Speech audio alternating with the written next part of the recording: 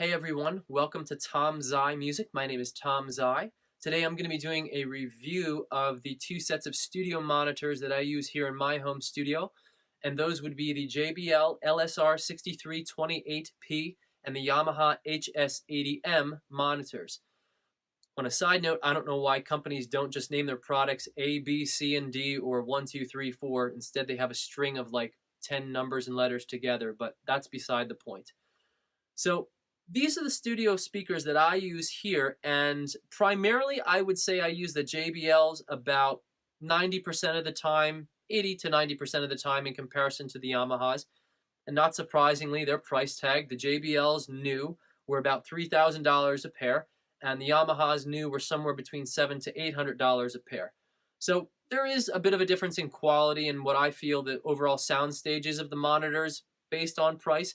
But what I hear when I use the JBLs is I hear a little bit bigger, a little bit more 3D lifelike of a sound stage that's presented to the listener.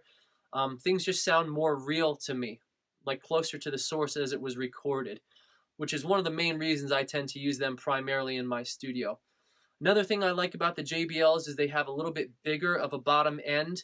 It's a little bit tighter of a low end, and it's a little bit easier to distinguish the relationship between bass guitar and kick drums in a mix.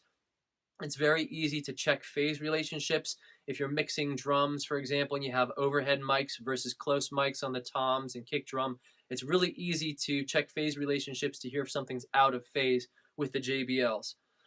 Something else I really like about them is that the high end and the mid-range is what I would call a flat or an even response. Some people may call it a little bit soft, but to me, it's a mid-range and it's a high end that doesn't rip your ears off, which is great if you're using these speakers for hours at a time. They don't fatigue your ears, which is incredibly important because you have to be able to mix accurately after several hours. So non-fatiguing extended use from the JBLs. Now, they're a little bit different, kind of a contrast between the Yamahas in that the low end of the Yamahas, it's not quite as big. It doesn't fill up a room the way the JBLs do, but it's still there. It's still perfectly usable and workable if those are your only studio monitors. The mid-range and the high end on the Yamahas is a little bit more of a forward presentation. It's a little more in your face and present in the mid-range and upper mid-range frequencies, which to me I don't like as much with working with material for extended periods of time, but I find it useful to switch from the JBLs to the Yamahas to check vocal levels, guitar levels, things that have a lot of mid-range content, and helping to balance that out a little bit, balance your ears out in terms of what are you hearing after an extended period of time. So you can use either one of these monitors perfectly well. You can make great mixes on either one, but this is the mix and complement of monitors that I have here in my home studio.